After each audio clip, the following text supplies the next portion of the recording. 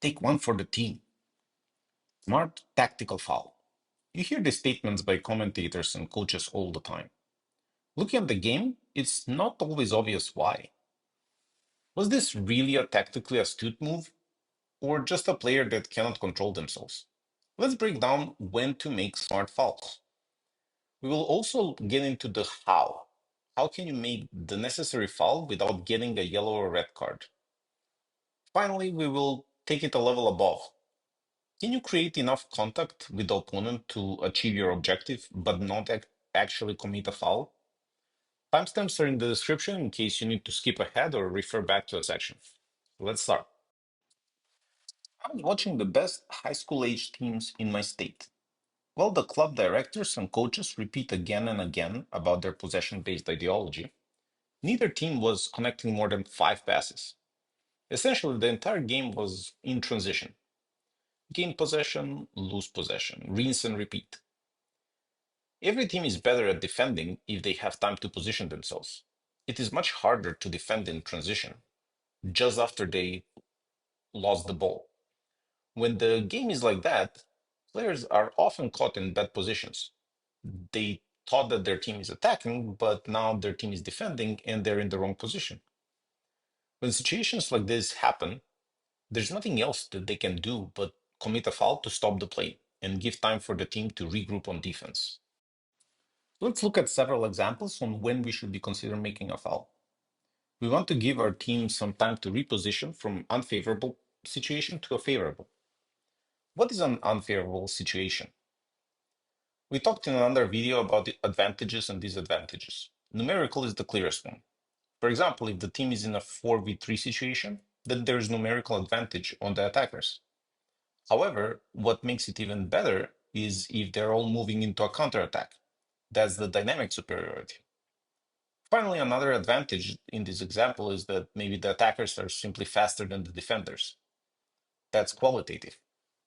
Usually, it's not all of these superiorities that are true at the same time. Especially if they are, the defending team needs to make a foul to stop the flow, then drop back few players back to create numerical advantage for the opponent. The foul will also stop the dynamic superiority because everybody will have to stop. Finally, by dropping back into a lower defensive block, the faster attackers will have less space to maneuver, which will kind of eliminate the qualitative advantage. However, sometimes it's not just about counterattacks. It can be more of a psychological foul. Breaking the flow might mean that a team that is fluid is enjoying themselves. If they keep connecting passes one after the other team will be frustrated. So making innocent fouls in the middle of that field is okay. I'm against any vicious, but just a gentle reminder for both teams that they're still fighting for the ball, even though we've been out of possession for some time. If there's a player that makes everything tick for the other team, likely one of their central midfielders, the foul should be on them. Again, nothing too aggressive, just strong press to make sure that they don't feel comfortable on the ball. If a clean tackle is possible to gain possession, just do that. However, if you need to make a foul, that's okay too. Finally, let me talk a little bit about high pressing. When you're pressing, the assumption is that the other team is trying to play from the back and not just boot the ball. If our attacker commits a foul on their defender or even goalkeeper, then they need to restart the game at that point. So our attacker might get the ball in their challenge or have another chance. This is the ultimate unfair advantage. Heads, the attacker wins. Tails, the attacker tries again. There's no good reason why the attacker doesn't press full sprint and takes the chance of committing a foul if unsuccessful in the press. And that leads me to the next chapter in this video. Wouldn't the attacker committing fouls get a yellow card? Very unlikely. Let's talk about yellow and red cards. While persistent fouling can be a reason for getting a yellow card, that rarely is the case. The most common factors for showing the cards are the proximity to our goal, the relative position, the player that you foul, and the type of foul you commit. So let's break down these three factors. If you're the last person on defense and you commit just a regular foul, it will likely be a yellow card. If you're just in the center of the field with many other players around and a player has passed you, then you tackle them from behind or pull their shirt to stop them, then that's a yellow card. If you put these two things together, last player on defense and the opponent has passed you, the foul will be a red card. Of course, there are also brutal fouls that can get you a yellow card regardless of the context, or even a red card. I will not get into them. Just don't do them. It's not part of the sport. So now, knowing these rules, let's find a way to make the smart foul without getting a booking. We talked about pressing, and while this is a great way to get the ball and contain the ball, it might not always work. If you think that the defender is about to receive and kick the ball long and create an opportunity for a good counterattack, you might want to make a foul there. An early foul on the defender will almost definitely not be a yellow card. You want to make these fouls higher up the field, both because it will not result in a card, but also because the other team will start at that point far away from our goal. That is much better for us than giving them a real opportunity of a set piece. On top of that, make a foul before they get the ball. And that leads me to the next point. If a player is about to receive the ball in a good position, then a foul before they receive the ball is usually better. For example, if you're on defense and the striker is expecting the ball, don't let the striker get the ball before you make a foul. Firstly, make sure that the striker doesn't run behind you and receive the ball, through ball. Once the pass has started, initiate the contact and even make a conscious foul in an effort that looks like a 50-50 chance for both of you to get the ball. That is much less likely to get a yellow card than making a foul after the striker touches the ball.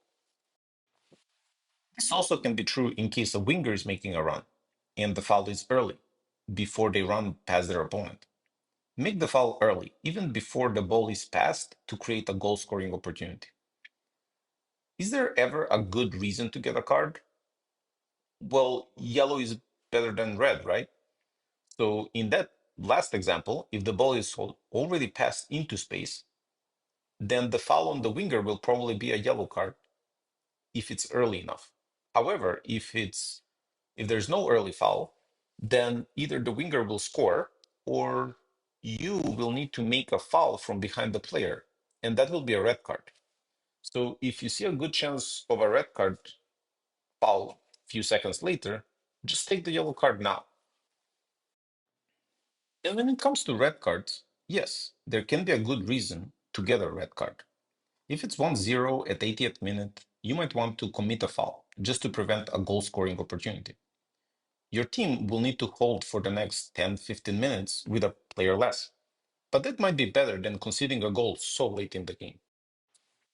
One last point about yellow and red cards. Depending on the competition level, slightly different criteria might be established. For example, if I'm a referee in a higher level of competition, I will allow more contact and harder fouls before giving a yellow card and much higher for a red card. But if deserved, I will give both yellow and red cards. However, the referee for a local amateur league or developmental U10 or under leagues will blow the whistle much earlier for a foul, but likely won't give a red card and ruin the game. The goal for a referee in these more recreational leagues is to avoid any major conflicts and injuries.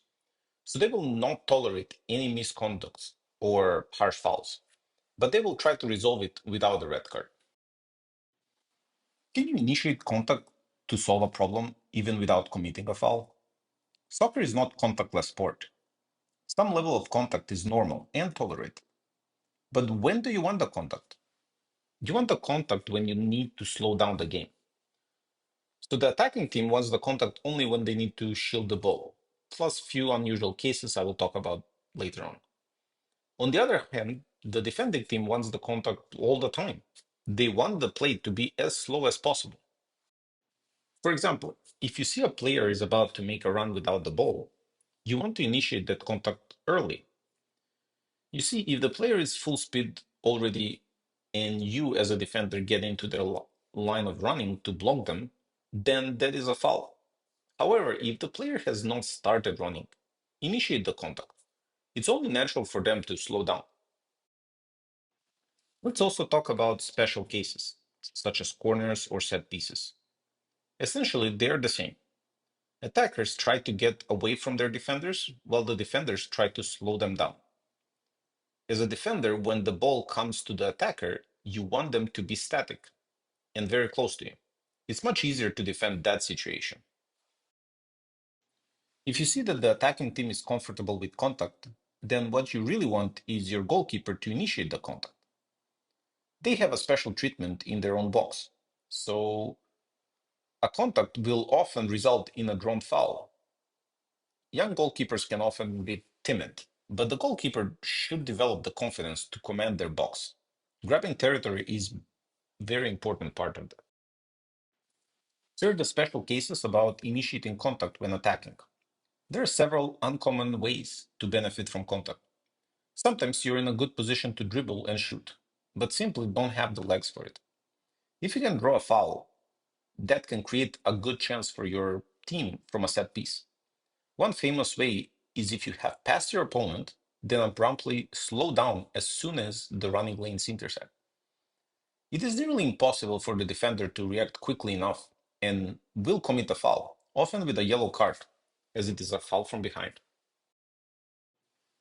Then the very special case from a set piece is when you dance around the offside trap. If the opponent is trying to make an offside trap but moving up at an agreed mark, you can initiate a contact to stop a player from doing that. You will not get the ball to shoot as you will be entangled with the defender, but your teammates will all remain in a legal position to do that. It's a very special case that we see once in a while. Thank you for watching. I hope this helped you understand better the concept of tactical fouls and initiating contact.